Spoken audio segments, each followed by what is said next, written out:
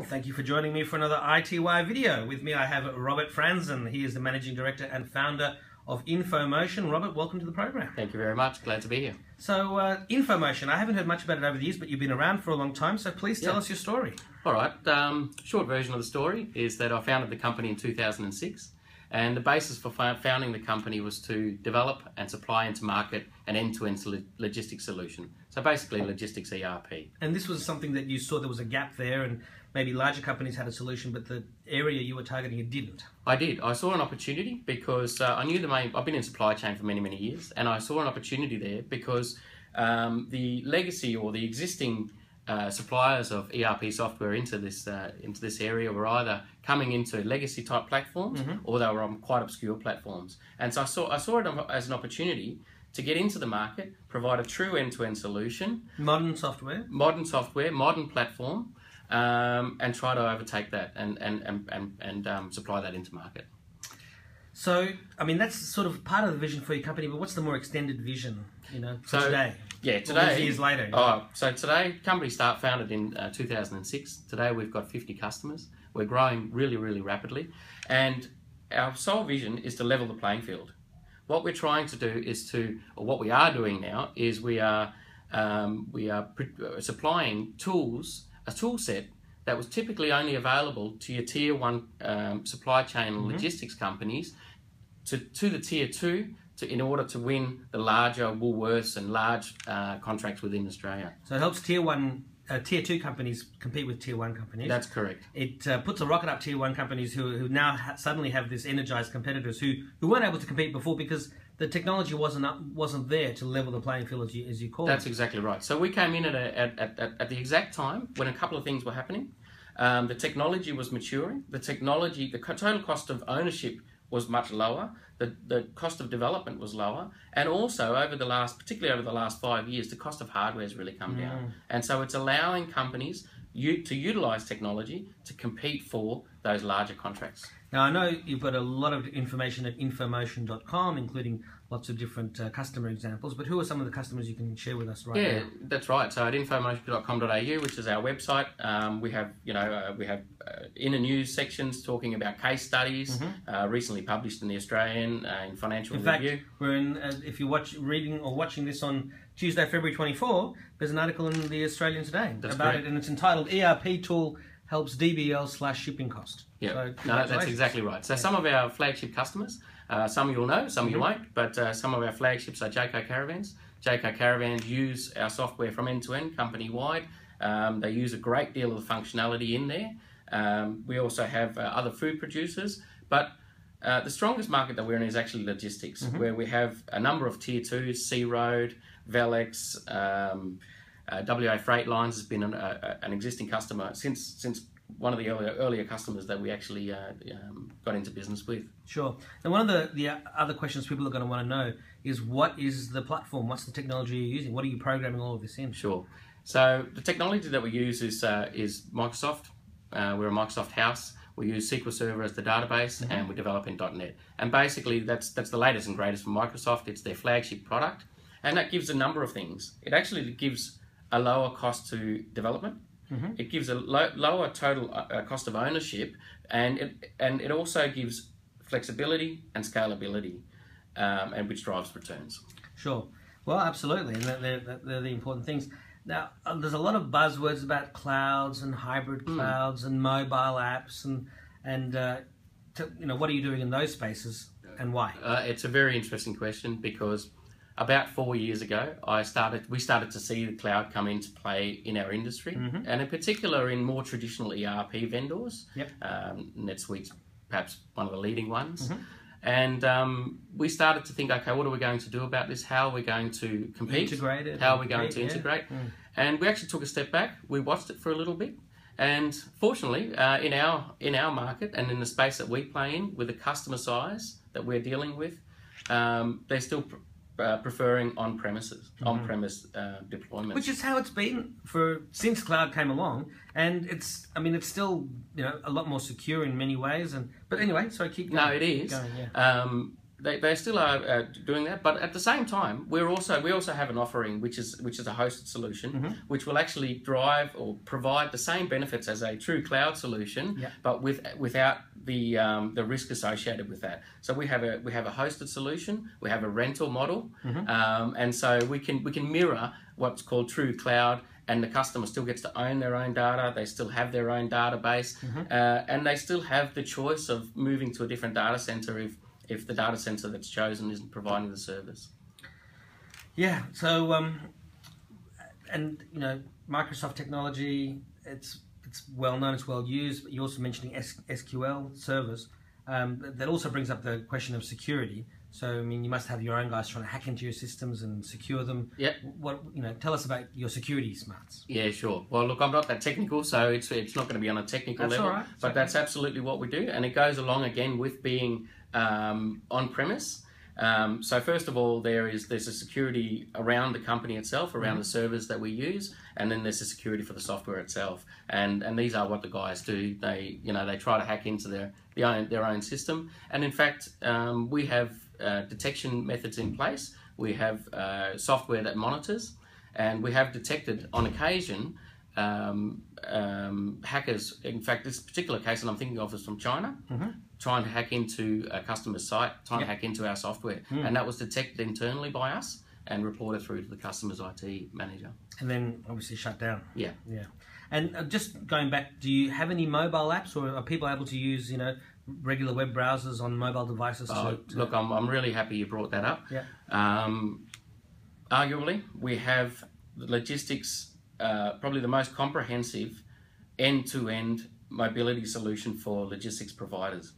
It starts all the way in the traditional warehouse, so goods receipt, everything within the warehouse is paperless, stock take movements, RFID, dispatch, scanning, all those RFID. things. The system was actually developed organically to cope with RFID. It has serial tracking. Once out of the warehouse, you can see we've actually, with mobility, we have turned the workflow process on its head in many different areas. So with dispatch, you can build manifest for using consignments by scanning onto the vehicle. That then gets flowed through the supply chain. You can scan through at item level, which is very important. At item level, you can scan through your depots if you're doing line haul, and then of course you can do the proof of delivery at the other end. But even more so, we are currently in development of a new process, and I won't go into too much detail of it, but it is going to significantly improve efficiencies, speed, and response times between EDI orders coming into the warehouse, the way that they're managed and planned and automatically turned into a consignment, automatically consolidated and manifested, and then shipped out the door. So we're sort of turning the whole idea of warehouse to pick, to plan, to dispatch on its head. So mobility is really, really important to us. You're helping to disrupt the market. Yeah, absolutely. And even in manufacturing, so we have paperless manufacturing where some of our larger customers are utilising touchscreens, they're utilising scanners all the way through. And, it's probably timely to talk about. We've just had a scare in regards to hepatitis A and the berries. Yeah. And a system like ours in manufacturing, because we have end-to-end traceability, would be very, very quick to determine exactly what raw materials went in there, exactly what raw materials were potentially contaminated, and to follow those batch numbers all the way through the supply chain. And that's what our customers are utilising it for. Yeah, and I was doing some research about you before we're doing this interview, and most of the things that you do are custom-made, tailor-made solutions for these companies. Yeah. Because they have very diverse... It's very diverse. So the system's actually at a point now where tier 2 logistics companies would come in and see us, and would hold the appropriate demonstrations and so forth, and we expect to only have a 10% gap. Yeah. We're very, very happy to tailor the product, but at the same time the product is at a maturity level, and we have had enough sort of bulk customers and large scale customers to have all the various modules and things, all the various modules and the workflows, dynamic reporting, dashboards coming, that type of thing. Yeah. So, tell us more about, you've already mentioned many of your different customers, that's your target market. Yeah. But, what are some of the other reasons why they're choosing you over, various competitors? Yeah, look, I think it's actually quite simple. It's all about integration. We have two typical customers. One that has a best-of-breed warehousing system and not much else. We may have some spreadsheets or something like that, or they have a warehousing system and a financials and some spreadsheets. And they're trying to sort of morph that to work with everything else when it wasn't really designed to do that. That's exactly right. Up to customers that have done that, that have been in that position for many, many years, and they'll have 5 or 6 disparate systems, and we bring all of that into one. And we would typically see 25% improvement in efficiency just in the back end. We would see stock takes and warehouse activities cut down by about 50%, and that's where the return is. So when we can show them that, that's when the customer gets excited. And we're one of the only companies in our in our class to do that in Australia. And secondly, the other part to it is ease of use. So I've had the same systems architect has been in place since the beginning of the company. And so once you learn one part of the system, it's really, really easy to understand the rest of the system. And that cuts down, again, cost of deployment, total cost of ownership, and so forth. Yeah, that's exactly right. And I was just had a question in my mind. I'm just trying to remember what it is, and it's escaping me. I'm just trying to think. It's to do with the software. But look, I'll come back to that one. I was there, but I was listening to what you were saying. Oh, that's right. No, I just remembered. Yeah. So the question is, for an average customer, and every customer is different. They've got different needs, slightly different sizes, different warehouses and different fleets and all the rest. But what's sort of an average time to rewrite all of this, or to write this, and they will have disparate systems. You said 5 or 6. So how much time does a company need to wait for all this to happen? Obviously, they'll be involved with you during the creation process, checking this and that. But are we talking months? Are we talking years? How long does it take? Yeah, that's a very good question. First, let me take a step back and tell you that we have had no unsuccessful implementations. Every implementation, because ERP is quite a complex beast, and if you read on the internet, there are many sort of terror stories and things like that. Let me first start by saying that we have 50 customers. We have had successful implementations every time. The time frame is liquid. Yep, it is different for each customer. Different for everybody. But if we look at it in terms of the size of the customer, there are 2 things at play. The size of the customer, the complexity of their operations, and the number of modules that they require to encompass their entire organisation through one single platform. So they're the 3 variables. Typical installation, the shortest that we've done, or actually for a small customer, it's somewhere between 3 and 4 months. And for a large customer, it's about 9 months, but can stretch to 12, 13 months, depending on exactly what we're doing. And it also, the more comprehensive the systems become, the more standardized that systems become. So on implementation, there's always an appropriate team gathered, and that team is on that project. And so the team's dedicated, including programmers, implementation people, tech support, also QA and QC. And so we're pretty accurate with our time frame for deployment. Yeah, because people will worry about cost blowouts, time blowouts, all that sort of thing. So if you're able to be accurate, that's rare. It's good. Yeah, no, we are fairly accurate on that. And the other point to make is that we're actually very good at. We hold the very first session we hold is something called a preparation session. And presumably you're listening to the customer. That's right. And so once we've gone through all of that, we've actually analysed their business prior to any contractual agreements. So that's point 1. So we're quite open and transparent in that way, and it's important for both customer and supplier. And once we've gone through that process and we're in contractual agreements and projects are going ahead, we hold something called a preparation session. And that's really to get stakeholders on board in regards to what our responsibilities are, but we've been talking about that for a while, but what their responsibilities are in the project, how they're going to handle change management, how they're going to get their staff on board, how the project is going to be run from their side. And that helps. And then we put those roles and responsibilities in place. We put the timing in place, and we put regular milestones and so forth, and that helps with that process. And are companies able to use part of the system before it's complete, or do they wait until it's finished and then it sort of gets switched on? No. Do they use things side by side? They use things side by side, and we actually look for a phased approach. Yeah. Is the answer to that.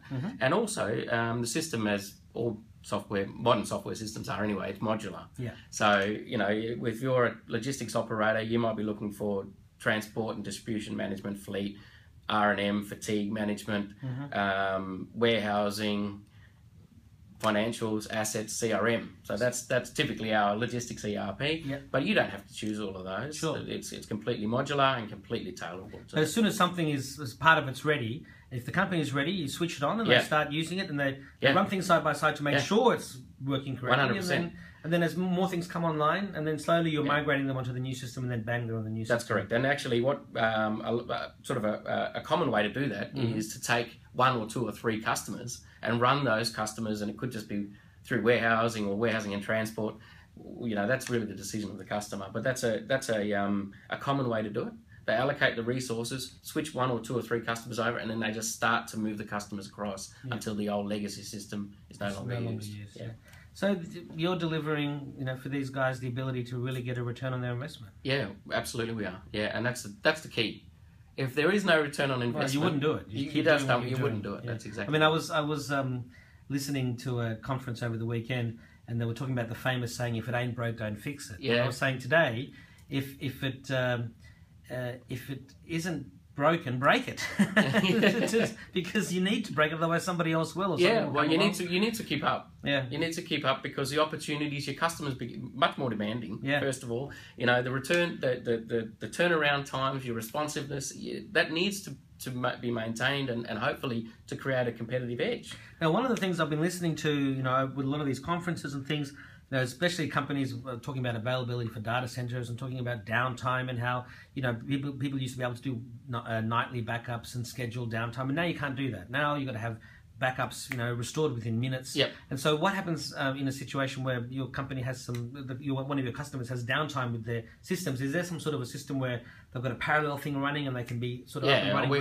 have a number of different things in place. In fact, what we haven't spoken about at all is that we have a division which is about disaster IT managed services, and that also handles disaster recovery. And in fact, not all of our customers, but a great deal of our customers actually allow us to look after their IT because we're running their business critical software, and so it actually makes sense to join the two together. Sure. And so we have a number of different ways. In fact, there are automated backups to the cloud every 15 minutes, so we can reboot. You can have redundancy systems. You have test systems in place. So that's absolutely all there. Yeah. Because I mean, as soon as it goes down, everybody wants to know when it's coming back up. Of course. And I mean, for some tier ones, presumably they've got more than enough resources so that it's totally seamless. You don't even know it's gone down because it just flipped across. Yeah.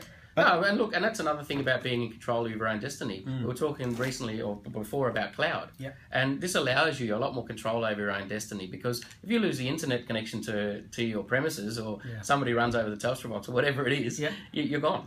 Yeah. Well, and that's why they talk about hybrid cloud. So you've got some stuff on premise, stuff on the cloud. But again, it's horses for courses. It is. For some, the future is cloudy, and for others, it's cloudy in the wrong way. And in fact, but it's important for us to provide that. And that's why we have a network specialist, and we do provide these IT managed services. It's not something I take to market. Sure. It's actually only for our existing customers. We provide that service as well. Yeah. Okay. And of course, there's always Microsoft Azure, which is Microsoft's cloud solution designed to work with all the .NET stuff. And so, as customers need it, you'll be ready surely to give them that. And look, a lot of things are moving onto the web. So we have a pretty extensive web portal already. But it's really not designed for the core and the critical transactions to go through. And just in terms of, if I can, just in terms of transactions, the type of number of transactions that our customers are reporting back. I had a report back just the other day, actually. Then they're pushing through 220,000 transactions a day. So these are companies that are 220,000. 220,000 transactions. 220,000. 220,000 transactions a day. Yeah, so we're talking high volume. High volume, over 1 million a week.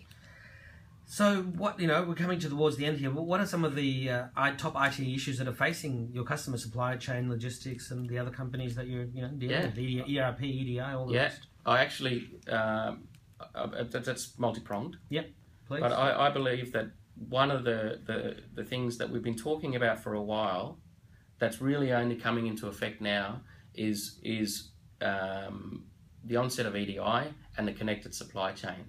Because we're seeing smaller and smaller customers In fact, most of our customers are utilising EDI up to about 70% of their order intake or their acknowledgements. And so we've taken that, we've been listening to that for a while from our market about the connected supply chain. It's an old discussion, but it's actually one I think is coming to fruition. Yeah. And so not only do we have an EDI engine coming in that's highly configurable, we have visual mapping tools that our customers can use, so they're not relying on us to do the EDI mapping, but we also have outbound EDI, so we can send advanced shipping notices to carriers. You know, we can pre-order those. Pre-book if somebody's using a third-party carrier in a wholesale distribution sense. So that's one thing that we're doing, and then the second thing that we're doing. Second thing is all about integration. Still, it's about pulling all the disparate systems together, because we believe that transforms your business. If you can get rid of those silos of information and you don't have disjointed systems working, trying to talk to each other, it's much lower cost, much greater efficiency, and much greater faster, visibility. Much greater visibility as well. Yeah. Absolutely. And then I guess the final thing is all about a mobile workforce. Yep. Now in our case, we do actually have an iPad app that does Salesforce. It's an integrated solution to a third party. It's the only thing we do actually that we don't do ourselves. But we're more about mobility in the supply chain itself. So item level tracking, scan through, PDA manifesting, and automation of all those types of processes all the way to the endpoint being proof of delivery. So putting looking into the crystal ball, putting the magic hat on. Sure. What do you see for information over the next 12 months, and then for the industry over the next 5 to 10 years? Yeah, well, we're expecting fairly rapid growth. So we're bringing on board tier 2 transport and supply chain companies regularly, and we've actually been. It's a really exciting time for us, and the reason for that is because in the past, particularly in the past four years, we knew that this was going to happen, and so we've been setting the foundation of the company to be able to handle this growth, and so that's the exciting part for us. It's happening, yeah. It's happening, and also we're in a different tier, so you always start and you take what you can and that sort of thing, and that was quite a long time ago now. Yeah. But now we're very targeted, we're very specific. We know what industry, we'll always know what industry, but we know what customers we work best with. It's at that tier 2 level, and that's where we're building the brand, and that's where we're getting the recognition as well. And then so the vision for the next 5 to 10 years for the market? For the vision for the market is how you see the future. Yeah, I think for your industry and for your customers. Yeah, for sure. I think it's all about further integration and automation and mobile solutions. That's where I see it going. People have been talking about the same thing all the time, but I think that the technology and the tools today are allowing them to look at their business differently. As I mentioned at the start of this interview, we're flipping a lot of processes on their heads, and we're challenging companies that we're going into to say, is this really the way you want to do business? Or if I allowed you, or our system allowed you to do it this way, would that actually make a difference? And a lot of companies see it. Yep. And a lot of companies go away. They think about it. It's not for everyone. Yeah. But a lot of companies can see that, yes, actually A, B, and C can be just, a straight line. Yeah.